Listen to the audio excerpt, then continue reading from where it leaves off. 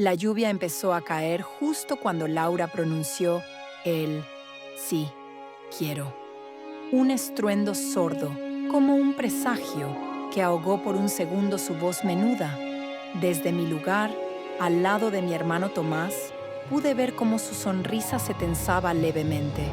No era por la lluvia, era por mí, porque justo antes de que ella bajara la mirada, nuestros ojos se encontraron, y en ese cruce fugaz, que debió ser inocente, hubo un reconocimiento instantáneo y culpable, el mismo que llevaba meses creciendo en mi pecho, como una enredadera venenosa que me ahogaba en silencio. Laura no era solo la novia de mi hermano, era mi mejor amiga, mi confidente, la persona que conocía cada uno de mis secretos, menos este, el más grande, el más terrible. Todo empezó 6 meses atrás, en una de nuestras noches de vino y películas. Tomás viajaba por trabajo. Ella llegó a casa con los ojos hinchados, hablando de una discusión tonta con él. La abracé para consolarla, como siempre, pero esa noche fue distinto. Su cuerpo no se relajó contra el mío, se tensó y la respiración se le cortó.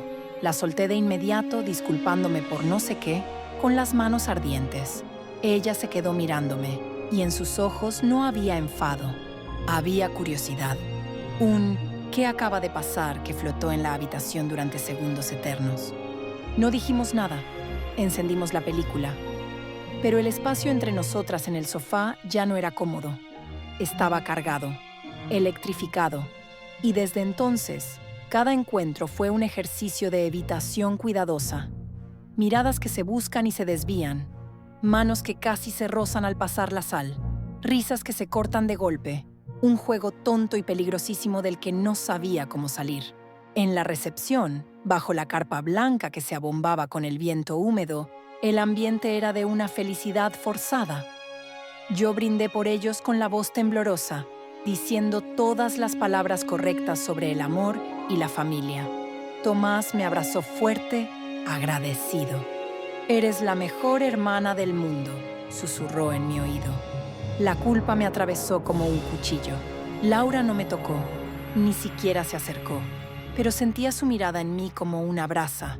Cada vez que volvía la cabeza encontraba sus ojos posados en mi espalda, en mis manos, en la copa que llevaba a mis labios. Era una vigilancia dulce y tortuosa. La tormenta arreció y la fiesta se volvió íntima, encerrada en ese mundo de lona y luces cálidas. La banda empezó a tocar una balada lenta. Tomás llevó a Laura a la pista. Ella se recostó en su hombro, con los ojos cerrados, pero no parecía estar ahí. Parecía estar muy lejos. Fue entonces cuando se me acercó. No la vi venir. Solo sentí su presencia a mi lado, el calor de su brazo rozando el mío. Olía a lluvia y a su perfume, ese que le regalé por su cumpleaños. «Tengo miedo», dijo sin mirarme con la voz tan baja que casi se perdió en la música. «¿Miedo de qué?», pregunté, aunque lo sabía. «De esto, de lo que sentimos, de que arruinemos todo». Mi corazón galopaba. Aquello era lo más cerca que habíamos estado de nombrar lo innombrable. «No va a pasar nada», mentí. «Es solo los nervios del día». Ella por fin me miró, y en sus ojos había una tristeza tan profunda que me dejó sin aliento. «¿De verdad puedes mirarme y decirme que no es nada?». No pude responder. La música paró. Tomás se acercó, sudoroso y feliz. «¿No bailan?», nos dijo, inocente. «Laura, lleva a tu dama de honor a la pista. A ver si le sacas ese aire serio». La broma cayó como un cristalazo en el suelo. Nos quedamos paralizadas. Era una invitación inocente, pero para nosotras sonaba a desafío, a una tentación obscena. Laura extendió su mano hacia mí. No era un gesto de amistad. Era una pregunta. Su palma estaba ligeramente húmeda. La miré. Luego miré a mi hermano, con su sonrisa amplia y confiada. El mundo se redujo a esa mano tendida y al abismo que representaba.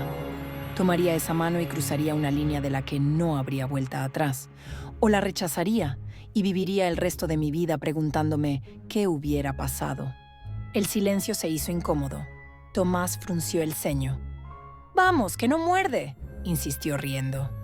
Y yo, como una sonámbula, como una idiota, como una egoísta que no pudo resistir la pulsión de saber cómo se sentiría su piel contra la mía, enfrente de todos. Deslicé mi mano en la suya. Fue como tocar un cable de alta tensión, un shock silencioso que nos recorrió a las dos. Su piel estaba fría, la mía ardiente. Tomás aplaudió, contento, y se fue a buscar otra copa. Y así, bajo la mirada de nuestros familiares y amigos, bajo las luces cálidas de la fiesta de bodas de mi hermano, Laura y yo empezamos a bailar. Su mano en mi cintura era una marca de fuego, mi mano en su hombro, un temblor incontrolable. No éramos dos amigas bailando, éramos dos cómplices cometiendo el primer acto visible de nuestra traición. Era lento, demasiado lento. Cada movimiento era una caricia involuntaria. Su aliento me acariciaba la mejilla. Olía a vino tinto y a menta. Podía sentir el latido de su corazón a través del vestido, o quizás era el mío. Ya no sabía dónde terminaba yo y empezaba ella. La canción pareció durar una eternidad. Cuando por fin terminó, nos separamos como si nos hubiéramos quemado. Las palmas de mis manos sudaban. Ella se pasó la lengua por los labios, nerviosa. «Gracias», murmuré, sin saber por qué diablos le daba las gracias. Ella asintió sin poder sostenerme la mirada. «Tengo que ir al baño». Y se fue, dejándome sola en medio de la pista, con el eco de su tacto pegado a la piel y la certeza de que acababa de cometer el error más grande de mi vida. El baño estaba helado. Las baldosas de mármol reflejaban la luz fluorescente con una crudeza que no perdonaba nada. Me apoyé contra el lavabo, las manos aún temblando, y me miré en el espejo. Una extraña me devolvía la mirada, el rostro pálido, los ojos demasiado brillantes, el labial corrido. Una mujer al borde de algo, o que ya había caído. Intenté arreglarme, pasando los dedos por el lápiz de labios, pero fue inútil. El desastre no estaba en mi maquillaje, estaba por dentro. Cada latido de mi corazón era un recordatorio de lo que acababa de hacer. Bailar con ella, dejarme llevar, permitir que ese roce, esa cercanía íntima y prohibida, sucediera a plena vista de todos, escondida a simple vista. Las manecillas del reloj en la pared avanzaban con una lentitud cruel. 5 minutos. 10. No podía quedarme ahí encerrada para siempre. Tomás me buscaría. Ella me buscaría. La idea de que ella viniera a buscarme me provocó un escalofrío que no supe identificar si era de pavor o de deseo. Cuando finalmente salí, con una sonrisa falsa pegada a la cara, la fiesta había cambiado. La tensión inicial se había disuelto en el alcohol y la música más alta. La gente bailaba, reía, celebraba. Yo era la única espectadora de mi propia película de terror. La vi de inmediato. Estaba de vuelta con Tomás, riéndose de algo que él decía, con la mano apoyada en su brazo, pero su risa sonaba forzada, metálica, y sus ojos, esos ojos que me habían desnudado en la pista de baile, buscaban por encima del hombro de mi hermano. Buscaban mis ojos. Desvié la mirada, sintiéndome como una adolescente. Me abrí paso hacia la barra, pidiendo un whisky solo, algo fuerte que me quemara por dentro y borrara el sabor a culpa que tenía en la boca. Fue entonces cuando sentí un brazo alrededor de mis hombros. Era Miguel, el padrino y mejor amigo de Tomás, borracho y cariñoso. La hermana de la novia, o del novio. Coñazo, siempre me lío, dijo, riendo de su propio chiste. ¿Dónde te metías? Tienes que contarme todos los secretos de Laura, para saber con qué se casa este pobre diablo. Su broma me taladró los oídos. Secretos. Él no sabía cuán cerca estaba de la verdad. Me zafé suavemente inventando una excusa sobre ayudar con la tarta y me escapé hacia la cocina temporal que habían montado bajo la carpa. Allí, entre el humo de las bandejas de comida y el trajín de los camareros, por un momento pude respirar. El caos me camuflaba. Me puse a ayudar a servir canapés, a recolocar platos, cualquier cosa para mantener las manos ocupadas y la mente en blanco. No funcionó. Cada risa de Laura, cada vez que su voz se elevaba por encima de la música, me hacía estremecer. Era como si tuviera una antena que solo sintonizaba su frecuencia. Mi cuerpo estaba hiperalerta, consciente de su ubicación en cada segundo, como un sistema de guiado implantado bajo la piel. La noche avanzó, cortaron la tarta, lanzaron el ramo. Tomás, cada vez más alegre y ebrio, brindó una y otra vez por su felicidad. Cada salud era un martillazo en mi conciencia. Hacia la 1 de la madrugada, la tormenta amainó. La lluvia se redujo a un fino hilo de agua. Un grupo de invitados salió a fumar al jardín, aprovechando el respiro. El aire estaba cargado de ozono y el dulce aroma de la tierra mojada. Yo estaba recogiendo abrigos abandonados cuando la vi deslizarse hacia la salida, sola. Se llevó un dedo a los labios en un gesto discreto, casi imperceptible, y luego señaló hacia afuera. Una invitación, una orden. Mi corazón se detuvo. Sabía lo que significaba. Afuera estaba la oscuridad, la intimidad de la noche húmeda, la privacidad que la fiesta nos negaba. Afuera no había miradas, ni Tomás, ni preguntas. Quedé paralizada, un abrigo de piel sintética apretado entre mis manos. Todo mi ser se debatía en una guerra silenciosa y feroz. La parte racional, la hermana, la amiga leal, gritaba que me quedara donde estaba, que fingiera no haber visto nada, que dejara que el momento pasara. Pero la otra parte, la parte que había crecido a la sombra de mi corazón durante meses, la parte que recordaba la electricidad de su mano en mi cintura, era más fuerte. Era un imán, una atracción fatal contra la que no tenía defensas. Sin siquiera decidirlo conscientemente, mis pies empezaron a moverse. Dejé el abrigo en una silla y me dirigí hacia la salida, esquivando grupos de gente, con la sensación de que cada paso me alejaba más de la persona que había sido hasta ese momento. La noche me recibió con un soplo de aire frío. Estaba oscuro, solo iluminado por las farolas del jardín, cuyas luces se difuminaban en la neblina húmeda que había dejado la lluvia. No la veía. «Por aquí», susurró una voz desde la esquina de la casa, envuelta en la sombra de un gran roble. Mi boca estaba seca, mis manos heladas. Avancé hacia la voz, sintiendo la hierba mojada empapando mis sandalias. Cada fibra de mi ser estaba alerta, vibrando con una anticipación terrorífica. Y allí estaba, apoyada contra el tronco rugoso del árbol, con los brazos cruzados sobre el pecho, hundida en las sombras. Solo se veía el contorno de su figura y el brillo de sus ojos fijos en mí. Nos quedamos mirando un segundo eterno. El ruido de la fiesta era un eco lejano, un mundo aparte del que nos habíamos excluido voluntariamente. «¿Qué estamos haciendo, Laura?», pregunté, y mi voz sonó ronca, irreconocible. Ella no respondió con palabras. Salió de la sombra, lenta, deliberadamente, hasta quedar a solo centímetros de mí. Podía sentir el calor de su cuerpo, ver el vapor de su aliento mezclándose con el mío en el aire frío. «Lo que deberíamos haber hecho hace meses», murmuró. Su voz era baja, cargada de una urgencia que me erizó la piel.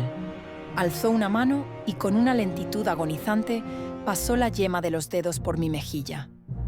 Fue un roce tan leve, tan íntimo, que me estremecí entera. Era el toque que me había estado imaginando en mis sueños más secretos, y era 1000 veces más potente, más aterrador, en la vida real. «Esto está mal», logré articular, pero era un susurro débil, sin convicción, porque mi cuerpo se inclinaba hacia ella traicioneramente. «Lo sé», dijo ella, y su otra mano encontró la mía, entrelazando nuestros dedos con una familiaridad que me partió el alma. «Pero ya no puedo parar». Su confesión, dicha en voz tan baja y tan llena de angustia y de verdad, fue el final. Rompió los últimos diques de mi resistencia. Cerré los ojos, sintiendo cómo el mundo entero se reducía al espacio entre nuestros labios, a la electricidad salvaje de su piel tocando la mía. Y entonces, justo cuando sentía que me inclinaba hacia ella, rendida, perdida, un haz de luz barrió la oscuridad. «Laura, cariño, ¿estás por ahí?». Era la voz de Tomás, borracha y preocupada, que salía de la puerta principal de la casa, seguida de los pasos tambaleantes que se acercaban por el césped. Nos separamos como si nos hubieran disparado. Saltamos hacia atrás, el hechizo roto de la manera más brutal y repentina. El puro terror nos congeló la sangre. El corazón me latía con tal fuerza que sentía que iba a salírseme por la boca. Laura se llevó una mano al pecho, jadeando.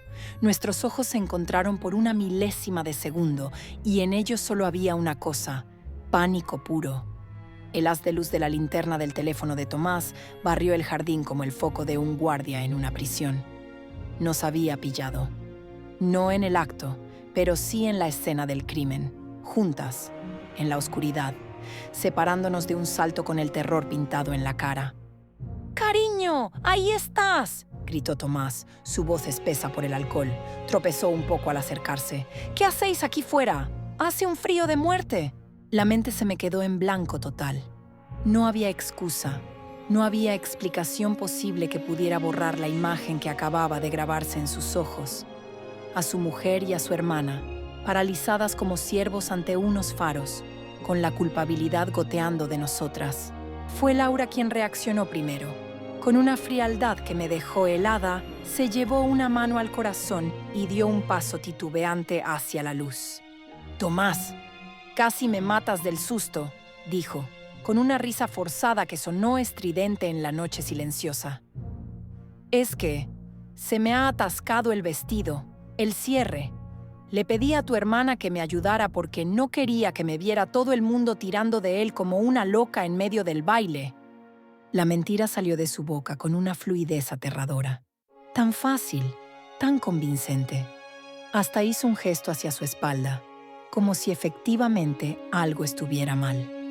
Tomás, en su estado de embriaguez feliz, se lo tragó entero. Bajó la linterna y se rió, un sonido grueso y confiado. «Ay, mi dramática. ¿Y teníais que hacerlo aquí, a oscuras? Parecíais dos conspiradoras. Pensé que planeabais mi asesinato». Se acercó y le pasó un brazo sobre los hombros, besándole la sien. «Vamos dentro, que te vas a poner mala». Laura se dejó abrazar, lanzándome una mirada rápida por encima de su hombro. No era de triunfo, era de puro alivio, teñido de la misma vergüenza que yo sentía. Habíamos esquivado una bala, pero el disparo nos había rozado de cerca. «Tienes razón, qué tontas», dijo ella, apoyando la cabeza en su hombro. «Vamos». Tomás empezó a guiarla de vuelta hacia la casa. Él, tambaleante. Ella, rígida como una tabla. Se volvió un segundo antes de traspasar el umbral de luz y sonido. «¿Vienes, hermana?». Era una orden, no una invitación. Un recordatorio de mi lugar, de mi papel. La hermana, la cómplice silenciosa. Asentí, con la garganta tan cerrada que no pude articular palabra, y los seguí. El contraste fue brutal. Del silencio íntimo y culpable del jardín a la explosión de ruido, luz y calor de la fiesta. Sonaba una canción pop alegre, la gente bailaba, el mundo seguía girando, ignorante por completo de que el mío acababa de desviarse de su eje para siempre. Tomás se llevó a Laura directamente a la pista de baile, riendo y besándola. Yo me quedé pegada a la pared, observándolos. Él la abrazaba por detrás, moviéndose al ritmo de la música, feliz, posesivo, inocente. Ella tenía los ojos abiertos de par en par, mirando al vacío, con una sonrisa rígida pegada en la cara. Su cuerpo estaba con Tomás, pero su mirada estaba perdida, en shock, en nuestra mentira. Me aparté sintiendo que me ahogaba.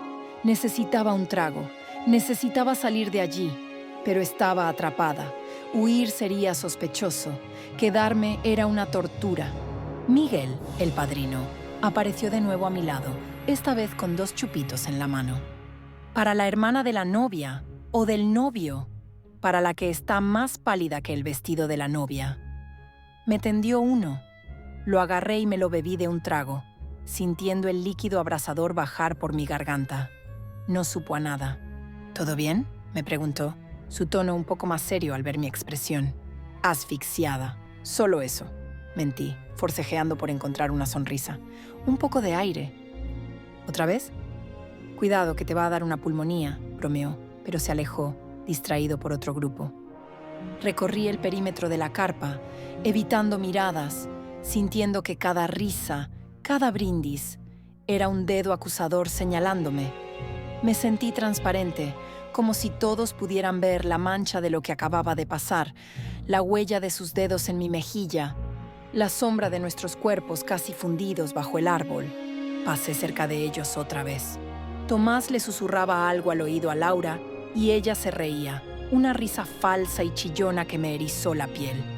Nuestras miradas se encontraron por una fracción de segundo. En la suya vi el mismo pánico, la misma incredulidad, el mismo «¿qué hemos hecho?», que me estaba devorando por dentro. Fue en ese momento cuando lo supe, con una certeza absoluta y devastadora. No podía seguir así. No podía vivir con este secreto envenenando cada mirada, cada gesto, cada reunión familiar, cada Navidad, cada cumpleaños, cada aniversario de esta maldita boda sería un recordatorio de nuestra traición. Tenía que contárselo a Tomás. La idea me surgió como un rapto de locura, pero enseguida echó raíces. Era la única salida, la única manera de liberarme de esta asfixia, aunque la liberación implicara destruirlo todo, destruirlo a él, a nuestra familia, a mí. Pero no podía ser aquí, no ahora, en medio de su fiesta de bodas. Sería demasiado cruel, demasiado grotesco. Tendría que ser después, mañana o pasado, cuando bajara la resaca de la felicidad y pudiéramos hablar como adultos. Le contaría todo. Le diría que fue cosa mía, solo mía, que yo había confundido todo, que Laura no tenía la culpa, que me alejaría, que no volverían a verme. Me convertiría en la hermana desaparecida, la oveja negra, el precio a pagar por su felicidad conyugal. El plan, desesperado y doloroso, me dio una paz frágil, una luz al final del túnel. Era la única forma de redimirme, aunque la redención oliera a cenizas. Decidí irme. No podía aguantar ni un minuto más. Busqué con la mirada a mi madre. La abracé rápido, diciéndole que me dolía mucho la cabeza. Ella, entretenida con sus amigas, apenas me prestó atención. Evité a Tomás. No podría soportar que me abrazara otra vez, que me dijera lo mucho que me quería. Salí de la carpa y caminé hacia mi coche bajo la fina lluvia que había vuelto a empezar. Justo cuando abría la puerta, una voz me detuvo. ¿Te vas? Me di la vuelta. Laura estaba allí, a unos metros, sin abrigo, temblando de frío y de nervios. Se había escapado otra vez. Sí, dije, mi voz sonó ronca. No puedo más. ¿Qué vamos a hacer?, preguntó, y su voz era un hilo de desesperación. Ya no había seducción en ella, solo miedo puro. Lo que tenga que hacerse, respondí, evasiva, protegiendo mi decisión como un secreto. No podía contarle mi plan. Me lo quitaría. Intentaría convencerme de lo contrario. Ella interpretó mi respuesta a su manera. Sus ojos se iluminaron con un atisbo de esperanza terrible. ¿Crees que podemos? ¿Que podemos parar esto y seguir? No, dije con más firmeza de la que sentía. No podemos seguir. Nada va a ser igual nunca más, Laura. Su expresión se derrumbó. Asintió lentamente, comprendiendo el final que yo ya veía claro. «Vete», susurró. «Por favor, vete ya». Subí al coche y arranqué el motor con manos temblorosas. En el espejo retrovisor la vi quedarse ahí, bajo la lluvia, encogida, la figura blanca de su vestido de novia reducida a una mancha fantasmal y triste en la oscuridad, mirándome irme para siempre. La lluvia acarició el parabrisas todo el camino a casa, lágrimas del cielo limpiando un camino que yo ya había manchado para siempre. Cada gota que resbalaba era un latido más de mi corazón desbocado. Apenas recuerdo el trayecto, solo la sensación de frío intenso, de un vacío que me envolvía como un sudario. Al llegar a mi apartamento, la soledad me golpeó con la fuerza de un martillo. El silencio era ensordecedor después del ruido de la fiesta. Me quité los zapatos mojados y el vestido, que olía a humedad, a perfume barato y a mentira. Me puse una sudadera vieja, la más grande y gastada que tenía, como si pudiera esconderme dentro de ella. Pero no había forma de esconderse de uno mismo. Me senté en el suelo de la cocina, con la espalda contra los gabinetes fríos, y dejé que los temblores me recorrieran. No lloré. El shock era demasiado grande para las lágrimas. Solo podía temblar y revivir, una y otra vez, esos segundos bajo el árbol. El calor de sus dedos, la oscuridad prometedora, la voz de Tomás cortándolo todo de raíz. Y luego, la mentira. Esa mentira tan fácil, tan rápida, saliendo de su boca. El cierre del vestido. La facilidad con la que habíamos entrado en la conspiracia. Cómo nuestros cerebros se habían conectado instantáneamente para fabricar una excusa. Eso era lo más aterrador. Nuestra complicidad perfecta, enfermiza. El amanecer llegó gris y lento. No había dormido. Me dolían los huesos del frío del suelo y de la tensión acumulada. El plan que había forjado en un rapto de desesperación, contarle todo a Tomás, ahora, a la luz pálida de la mañana, me parecía una locura suicida. ¿Destruir su vida el día después de su boda? ¿Arruinar para siempre no solo mi relación con él, sino la de él con Laura? ¿Y para qué? ¿Para aliviar mi propia culpa? Era el acto más egoísta imaginable. Pero la alternativa, vivir con esto, verlos juntos, sonreír en las cenas familiares, fingir, me provocaba náuseas. Era una prisión de por vida. El sonido del teléfono me hizo saltar. Era un mensaje de Tomás. Mi estómago se encogió como un puño. Tomás. Buenos días, hermanita. ¿Supervivientes de la Gran Guerra? Ja, ja, ja. Last night was a blur. Gracias por todo, de verdad. Eres la mejor. ¿Quedamos para comer? Laura quiere pancakes. Leí el mensaje una y otra vez. Su inocencia era un cuchillo retorciéndose en mi costado. Laura quiere pancakes. La imagen de ellos dos desayunando juntos, riendo, empezando su vida marital, me resultó insoportable. No podía verlos. No aún. Yo. Buenos días. Qué noche sí. Me alegro mucho. Hoy no puedo. Lo siento. Tengo un dolor de cabeza horrible y 1000 cosas que hacer. Disfrutad mucho. Os quiero. Mentira tras mentira. La cadena no dejaba de crecer. Al poner os quiero sentí que mi alma se desgarraba. Su respuesta fue inmediata. Tomás. Lo siento. Descansa. Te llevamos pancakes otro día. ¡Te queremos! Te queremos. La culpa me ahogó. Apoyé la frente en las rodillas y por primera vez rompí a llorar. Soluciones desgarradoras que no salían, sacudidas por la angustia. Lloré por Tomás, por su felicidad frágil que yo estaba a punto de pulverizar. Lloré por Laura, atrapada en la misma mentira que yo. Y lloré por mí, por la persona decente que creía ser y que había resultado ser capaz de la peor de las traiciones. El sonido del timbre me cortó el llanto en seco. Me sequé las lágrimas a toda prisa, el corazón de nuevo en la garganta. ¿Quién podía ser? No esperaba a nadie. Recurrí a la mirilla, con un miedo irracional a que fuera Laura, a que hubiera venido a terminar lo que empezamos. Pero no era Laura, era Miguel. Abrí la puerta, confundida. Estaba ahí, con una bolsa de papel en la mano y una sonrisa tímida. «Paz y bien, vengo en misión de misericordia», dijo alzando la bolsa. «Tomás me dijo que estabas malucha. Te traigo sopa de la china de la esquina y los mejores pancakes de Manhattan, para que no te mueras de hambre». No supe qué decir. Su gesto era tan amable, tan inesperado, que casi me echó a llorar de nuevo. «Miguel, ¿no tenías que...?» «Claro que sí. ¿Crees que voy a dejar que la hermana de mi mejor amigo se pudra sola un domingo?» Entró sin esperar invitación, con la familiaridad de quien ha estado 1000 veces. Dejó la bolsa en la cocina y se volvió a mirarme. Su sonrisa se desvaneció. «Joder, sí que estás hecha polvo. Parece que te haya pasado un camión por encima». «Es solo migraña», murmuré desviando la mirada. «Es solo migraña», murmuré desviando la mirada.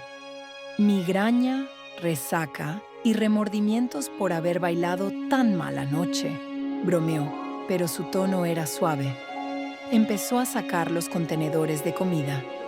Siéntate, come algo. Te va a sentar bien. Me senté obedientemente en la barra de la cocina. Observé sus movimientos, buscando un tazón, calentando la sopa en el microondas con una naturalidad doméstica que me resultó profundamente tranquilizadora. Era un ancla a la normalidad en medio de mi caos interno. Anoche, después de que me fui, ¿estuvo bien la fiesta?, pregunté tentando el terreno. Bien, fue épica. Tomás se durmió encima de la tarta. Tuvimos que llevarlo a la cama entre 4. Laura estaba, bueno, un poco rara, la verdad. Serán los nervios. El microondas pitó. Sacó el tazón humeante y me lo puso delante. Toma, cura todo. Sopló la cuchara llena de caldo y me la acercó a los labios, en un gesto tan infantil e íntimo que me dejó sin defensas. Probé la sopa.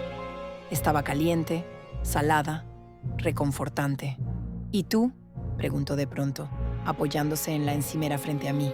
Sus ojos, normalmente bromistas, ahora eran serios. ¿Estás bien de verdad? Anoche, cuando salí a buscarte al jardín, parecías, no sé, asustada. «Ana», dijo, y su tono ya no admitía evasivas. «No me jodas. Llevo 20 años viendo mentir a Tomás. Sé cuando alguien no está bien. ¿Pasó algo?» Miré el caldo humeante, sintiendo cómo la verdad me quemaba en la lengua. No podía contárselo a Tomás. No aún. Pero quizás contárselo a Miguel, su mejor amigo, su hermano de otra madre, fuera un ensayo. Una forma de sacar el veneno y ver qué pasaba. Él lo quería. Quizás pudiera aconsejarme. Quizás pudiera detenerme. Tomé una decisión desesperada. «Miguel», empecé, y mi voz sonó quebradiza. «Tienes que prometerme que no vas a decir nada. A nadie, especialmente a Tomás». Se irguió, alerta. Su expresión se volvió grave. «Claro, lo que sea». Respiré hondo juntando valor. Anoche, en el jardín, no estaba arreglando el vestido. Las palabras salieron en un susurro. Laura y yo estábamos. No podía decir a punto de besarnos. Estábamos a punto de cometer una estupidez enorme. Miguel no se inmutó. No pareció sorprendido. Solo apretó ligeramente la mandíbula y asintió, muy slowly, como si estuviera encajando piezas de un puzzle. «¿Qué clase de estupidez?», preguntó, aunque por su mirada yo sabía que ya lo entendía. «La peor», confesé, y el alivio de decirlo en voz alta fue tan inmenso que me tambaleé en la silla. «La que destruye familias». Se quedó en silencio un momento, mirándome, procesando. Luego se pasó una mano por la cara. «Joder, Ana», suspiró. No había enfado en su voz, solo una fatiga profunda. «¿Estás segura? No pudo ser un malentendido. Los nervios, el alcohol». «Ningún malentendido deja esa culpa en el cuerpo», dije con una certeza absoluta. Y no había bebido casi nada, lo sabía, yo lo sabía, y ella también. Miguel se acercó, se apoyó en la barra frente a mí y me miró directamente a los ojos. «¿Y qué vas a hacer ahora?» «Se lo tengo que contar», dije, y mi voz se quebró. «Se lo tengo que contar a Tomás. Es lo único honrado.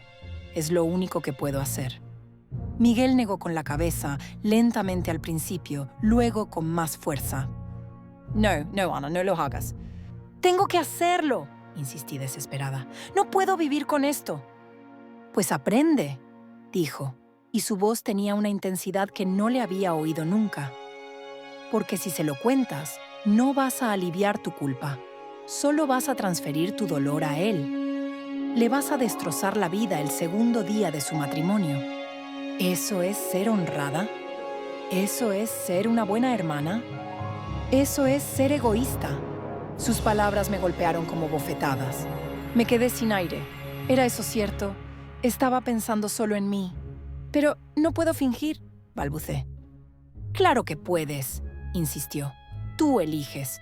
Puedes cargar con esto tú sola, como la hermana fuerte que siempre has sido, y dejar que ellos sean felices.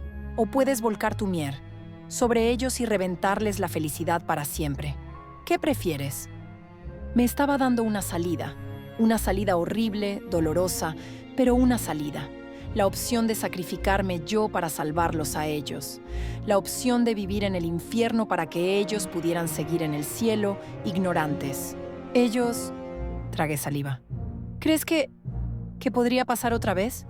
Miguel suspiró. Eso depende de ti y de ella. Pero si de verdad la quieres, y si de verdad quieres a tu hermano, lo que harás será alejarte. Cortar por lo sano. Hacerte la muerta un tiempo. Alejarme, dejar de ser la hermana, la mejor amiga, dejar de ser parte de sus vidas. La idea me partió el alma en dos.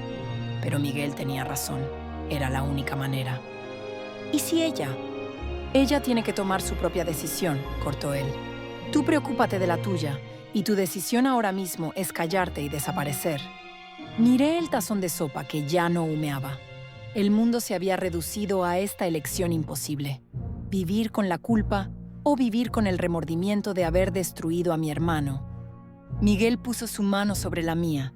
Era una mano grande, cálida, firme.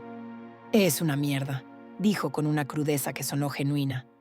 Pero es la mierda que te ha tocado. Ahora tienes que decidir en qué lado del reguero quieres estar. La mano de Miguel sobre la mía era ancla y cadena al mismo tiempo.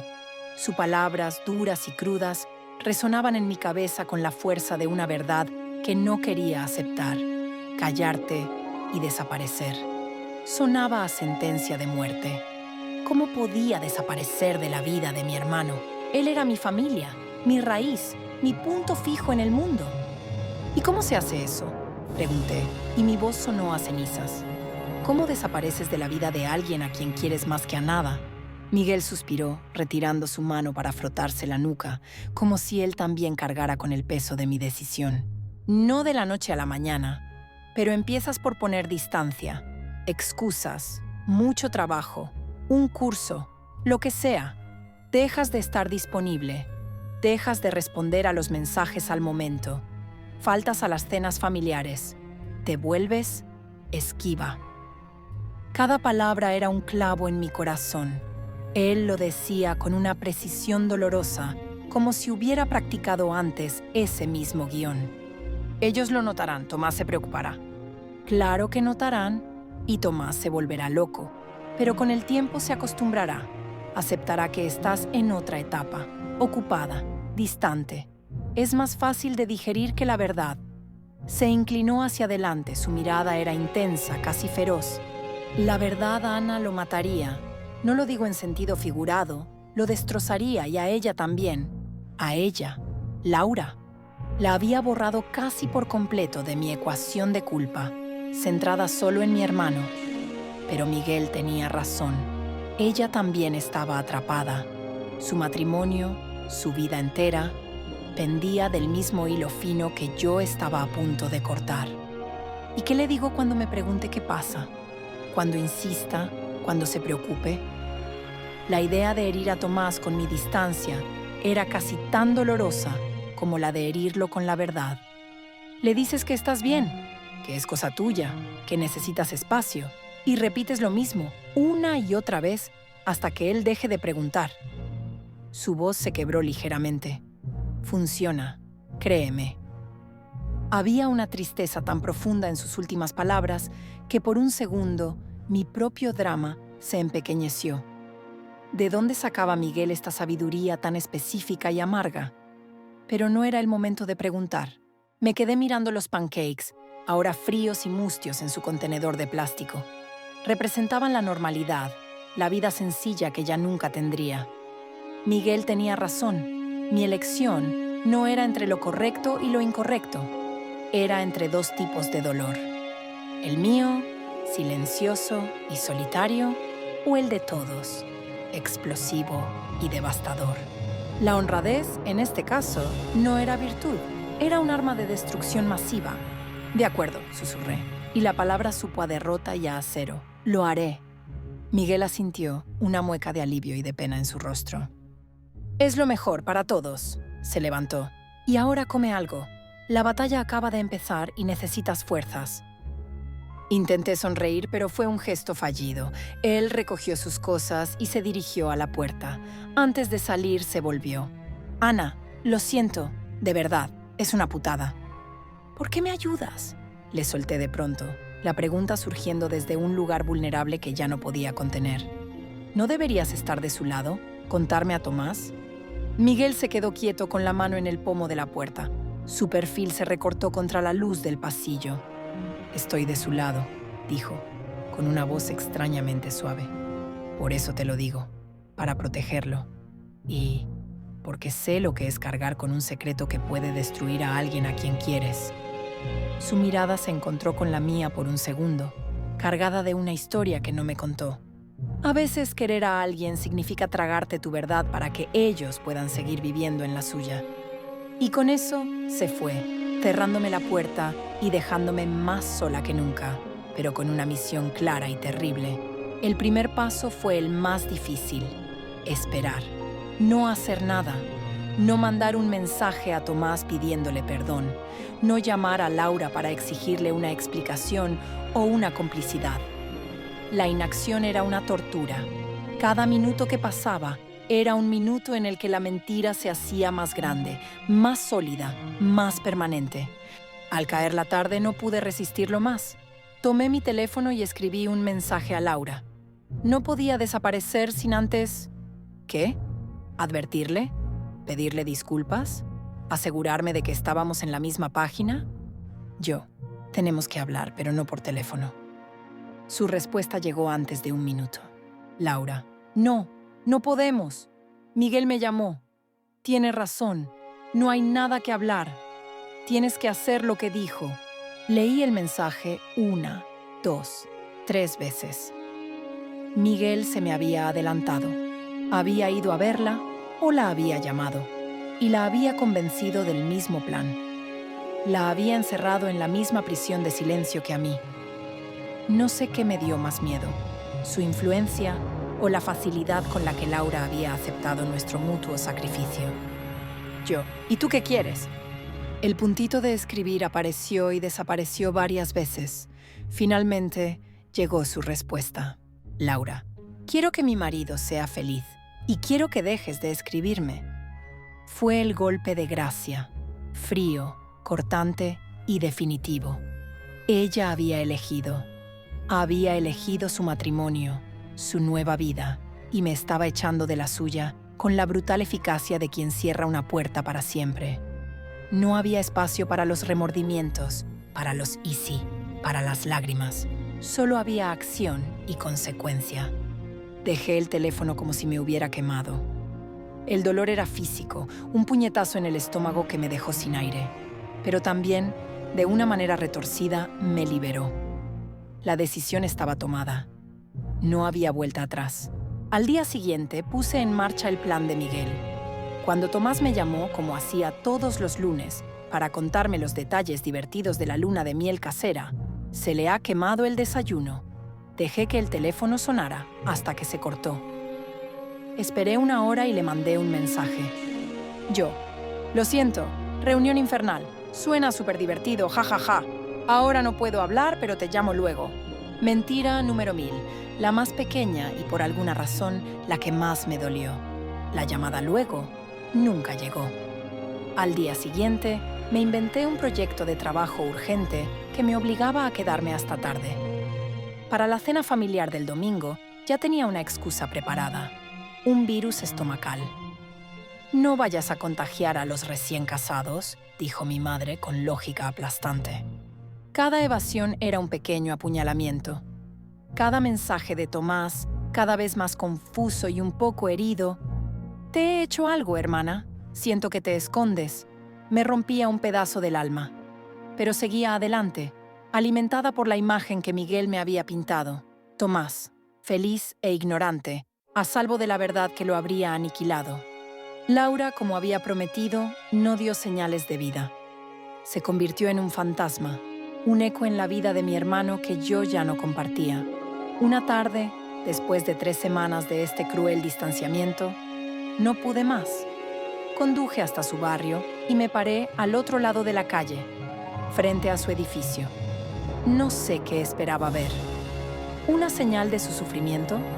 ¿Una prueba de que esto también le estaba destrozando por dentro? Lo que vi fue a Tomás bajando de un Uber, cargado de bolsas de la compra. Iba silbando. Luego salió ella. Llevaba unos pantalones de deporte y una sudadera, el pelo recogido en un moño desgarbado. Él dijo algo y ella se rió, una risa cansada pero genuina, y le dio un beso rápido en la mejilla antes de coger una de las bolsas. Eran normales, felices, domésticos. Habían formado una unidad, un equipo del que yo ya no formaba parte. Y en lugar de sentir rabia o celos, sentí un alivio abrumador y desgarrador. Miguel tenía razón, mi dolor tenía un propósito, su felicidad era la prueba. Arranqué el coche y me fui, con lágrimas silenciosas resbalando por mi cara. Estaba cumpliendo mi condena y funcionaba. Para ellos. Las semanas se convirtieron en un mes y luego en 2. Mi vida se redujo a una rutina gris. Trabajo, supermercado, apartamento. Llamadas de mi madre que evadía con excusas cada vez más elaboradas. Mensajes de Tomás que se espaciaban, se volvían más cortos, menos esperanzados.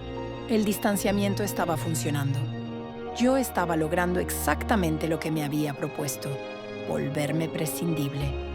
Pero el precio era una soledad que comía por dentro. Las 4 paredes de mi apartamento empezaron a sentirse como una celda. Soñaba con ellos, con su voz, con su risa. Soñaba con el jardín y la lluvia y sus dedos en mi mejilla. Pero en los sueños nunca llegaba la voz de Tomás a interrumpirnos. Esos sueños me dejaban despierta y sudorosa, con el corazón a punto de estallar, ahogada entre la culpa y una punzada de deseo que me repugnaba a mí misma.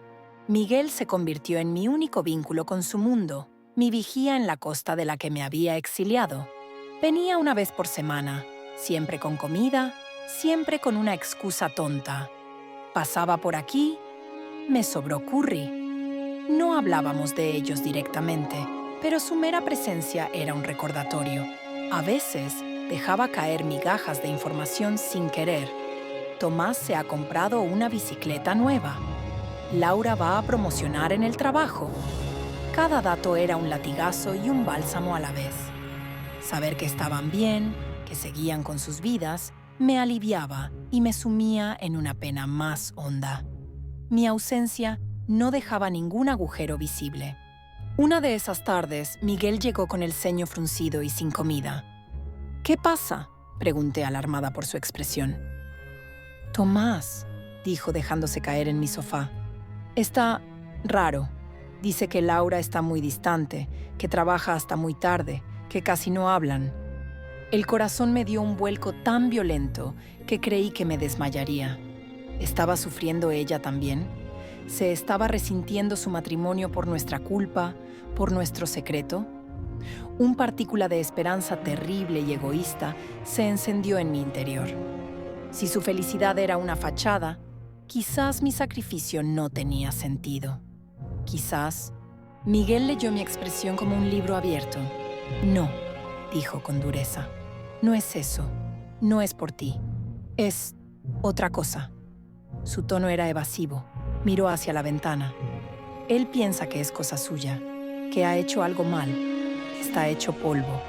La esperanza se apagó de golpe, reemplazada por una culpa aún más profunda. No solo les había robado a mí, sino que había plantado una semilla de duda en su matrimonio. Tomás se sentía culpable por algo que ni siquiera había hecho. Era una capa más de miseria añadida a la que ya había. «¿Y qué le dijiste?», pregunté sintiéndome miserable. «¿Qué voy a decirle? Que son tonterías, que son los ajustes de la vida de casados». Se pasó una mano por la cara. «Pero no sé, Ana. Hay una tensión allí que no entiendo».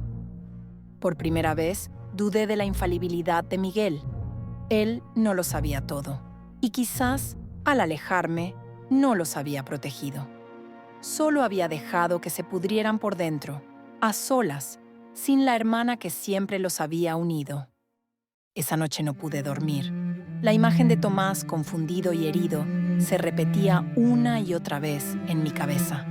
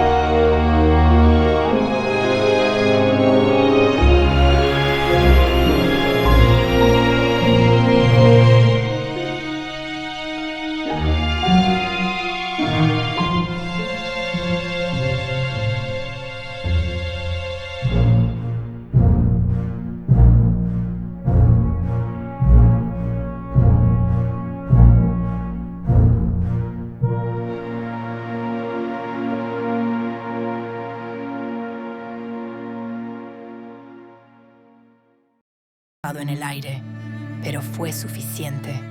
Lo supe todo en ese momento. Su distancia, su quiero que mi marido sea feliz, su deja de escribirme. No era por lealtad a Tomás, no era por protegerlo, era por ella.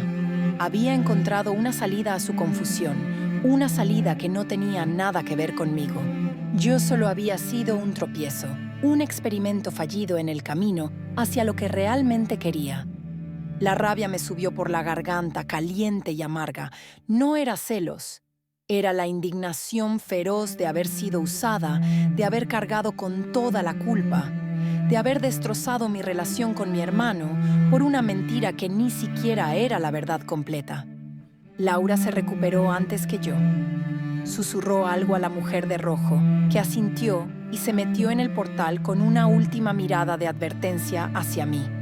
Luego, Laura se acercó.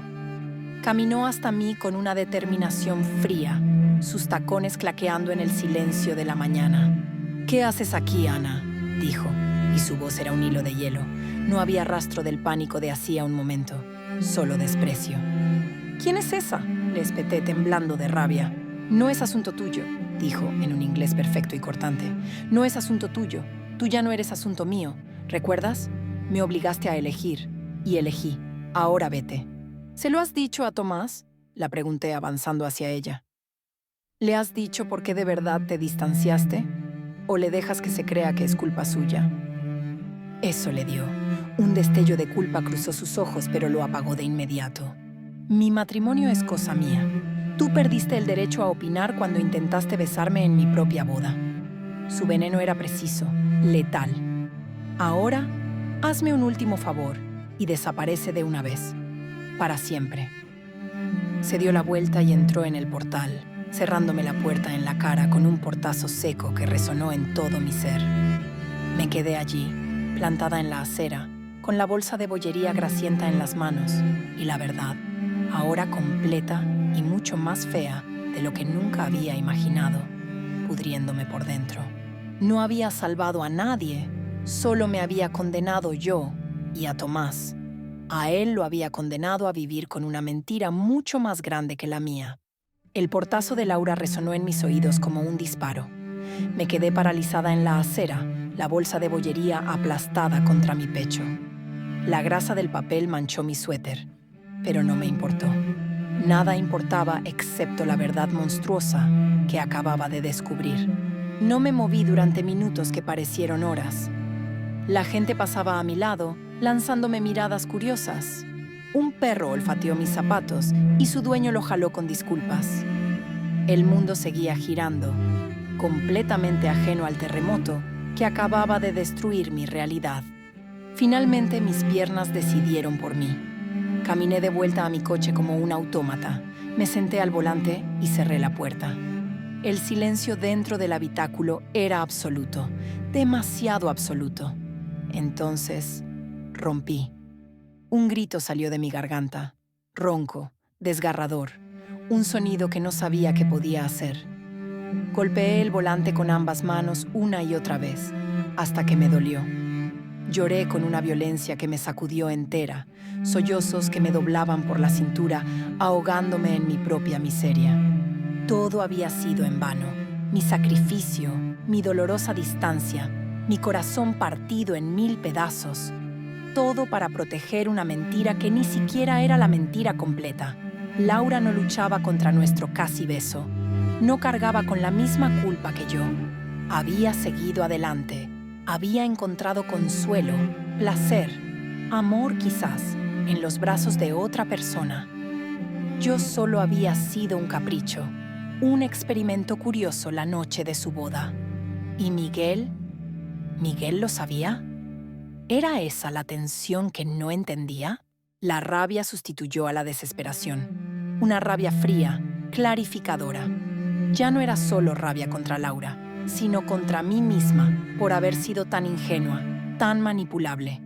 Miguel me había convencido de que el silencio era noble, y yo, en mi culpa paralizante, le creí. Me convencí de que mi sufrimiento era un tributo necesario a su felicidad. Pero su felicidad era otra mentira, una fachada detrás de la cual ella vivía una doble vida. No, ya no. Arranqué el coche con una determinación feroz. No iba a ir a mi apartamento. Iba a ir a casa de Miguel. Iba a confrontarlo. Iba a exigirle que me mirara a los ojos y me dijera cuánto sabía. Y luego, con toda la verdad en mis manos por primera vez, tomaría una decisión. Llegué a su edificio y toqué el timbre con insistencia, sin parar, hasta que su voz, cargada de sueño y fastidio, sonó por el portero automático. ¿Quién es? ¡Soy yo! ¡Abre!, grité sin importarme quién me oyera. Él abrió la puerta del portal. Subí las escaleras de 2 en 2. Él ya estaba en el marco de su puerta, en pantalón de pijama y camiseta, el pelo revuelto, con el ceño fruncido. ¡Ana, qué demonios! Lo empujé dentro y cerré la puerta de una patada. ¿Lo sabías?, le espeté sin preámbulos. Mi voz temblaba, pero de rabia, no de miedo. Él parpadeó desconcertado. ¿Saber qué? ¿Qué pasa? Estás blanca. Deja de mentirme, Miguel. Lo sabías. Sabías que Laura tiene a alguien, una mujer. La acabo de ver con ella. La expresión de su cara fue toda la respuesta que necesité. No hubo sorpresa. Solo un rápido destello de pánico, seguido de una resignación profunda y cansada. Se dejó caer en el sofá y se tapó la cara con las manos. «Mierda», murmuró entre sus dedos. El suelo se abrió bajo mis pies. Lo sabía, lo había sabido todo el tiempo. ¿Y tú?